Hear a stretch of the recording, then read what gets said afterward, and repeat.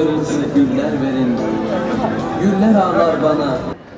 Programımıza Camiler ve Din Görevlileri Haftası münasebetiyle icra ettiğimiz camiler ve din hizmetlerine adanmış temalı programımıza hoş geldiniz, sefalar verdiniz efendim.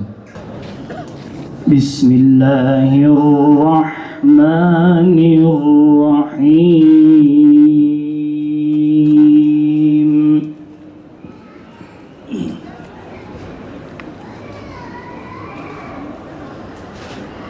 İnnemâ ya'muru mesâcidallâhi men âmene billah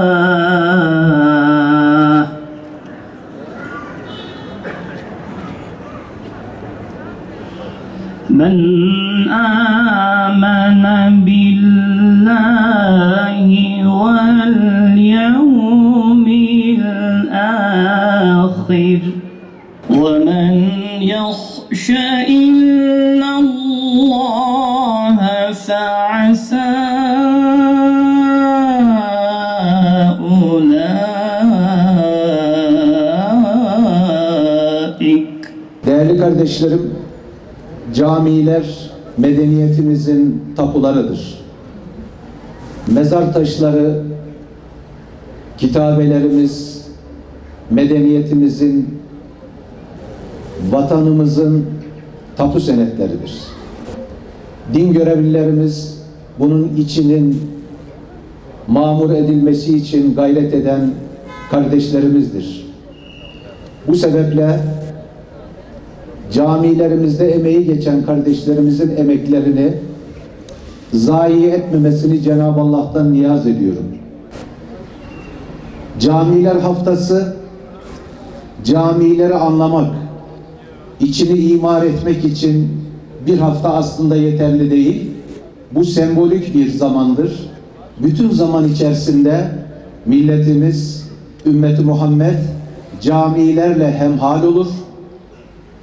Doğuşumuzdan vefat edişimize kadar bütün süresini, hayatının belirli bölümünü camilerimizde geçirir. Camilerimizde bu yazın 25.000'e yakın öğrencimizi okuttuk. 200'e aşkın 4-6 yaş grubu öğrencilerimiz var. 5.500'e yakın şu anda Kur'an kursunda öğrencilerimiz var. 120'ye yakın erkek, 60'a yakın kız Kur'an kursumuzda hafızlık yapan çocuklarımız var. İnşallah camilerdeki birlik ve beraberliğimiz, dirlik, düzen ve tertibimiz toplumumuzun diğer alanlarına da yansıyacağına inanıyoruz. Mümin hiçbir zaman ümitsizlik içinde değildir. Daha dün bizlerin dünyaya adalet, merhamet ve şefkat dağıtan bir millet olarak inşallah yine önümüzdeki asırlarda dünyaya adalet ve merhamet dağıtacağız. Bu potansiyel bizde var. Ancak bazı problemlerimizi de zaman zaman hatırlamamız, zaman zaman yaptığımız yanlışlarla yüz yüze gelmemiz lazım. Bugün bizim dinimizin emrettiği bazı hususların hilafına bazı icraatlar yaptığımızda ayan beyan ortada. Dinimiz dürüst olun diyor, bizim dürüstlük konusunda problemimiz var. Dinimiz emniyet içinde olun diyor, emniyet içinde olma konusunda problemimiz var. Dinimiz iftira atmayın diyor, iftira atma konusunda sıkıntılarımız var. Dinimiz birbirlerinizin ayıbını araştırmayın, örtün diyor, bizim ayıp araştırma konusunda maharetimiz var. Bizler birlik ve beraberliğimizi ancak ve ancak güven esasına dayanarak, birbirimize güvenerek, bölücülük, fitne, fesada mahal bırakmayacak şekilde çalışarak ancak birliğimizi, beraberliğimizi tesis ve temin edebiliriz. Bu din yüce bir din, derin bir din. Öyle yani basit hareketlerle tarif edilecek, basit hareketlerle işin içinde çıkılacak bir din değil. Bu yüceliği Rabbimiz bize Kur'an-ı Mübin'de apaçık beyan etmiş. Efendimiz bu uygulamaları apaçık bir şekilde bize göstermiş. Kendimize sahte ilahlar ya da yarı ilahlar edinmeyelim. Kula kul olmayalım. Kölenin özgürlüğünden fazla medet ummayalım. Herkes dik bir şekilde, Allah bizi dik ve özgür bir şekilde yarattı. aklınızı kullanın dedi. Biz de dik ve özgür bir şekilde bize verilen emaneti taşıyarak inşallah hesap gününe ulaşmayı ümit ediyorum.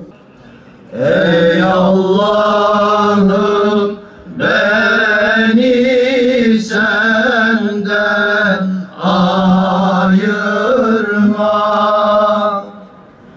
beni senin cemalinden ayırma. Seni sevmek benim dinim, imanım. Seni sevmek benim dinim, imanım. Sen benim maksudum Allah, bizleri de mahrum eyleme Allah. Kandiller yana yana Allah, dervişler döne döne Allah. Kandiller yana yana Allah, dervişler döne döne Allah. Şükür erdik bugüne Allah, bizleri de mahrum eyleme Allah. Şükür erdik bugüne Allah, bizleri de mahrum eyleme Allah. Taraz eyle narından Allah, ayırma didarından Allah.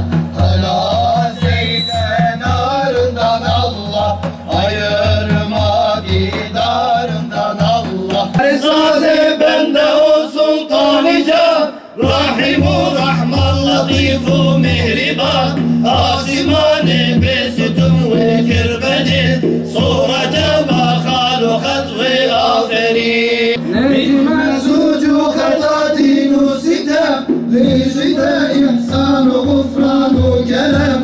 Ya Rabbi malid fazıl emmulam, jiri ala ya Muhammed ve selam. Bizlere bahşeylediğin en büyük sermaye olan ömrümüzü rızana uygun geçirmeyi nasip eyle Allah'ım. Bizlere hakkı hak olarak görmeyi ve hakka sarılmayı, batılı da batıl olarak görüp ondan sakınmayı nasip eyle ya Rabbi. Mukaddes kitabımızı ve Hazreti Peygamber sallallahu aleyhi ve sellemin sünnetini doğru anlayıp bir hakkın yaşayabilmeyi lütfeyle Allah'ım. Yaralı gönülleri imar etmeyi, aramızda sevgi, merhamet ve kardeşlik köprülerini kurmayı nasip eyle Allah'ım.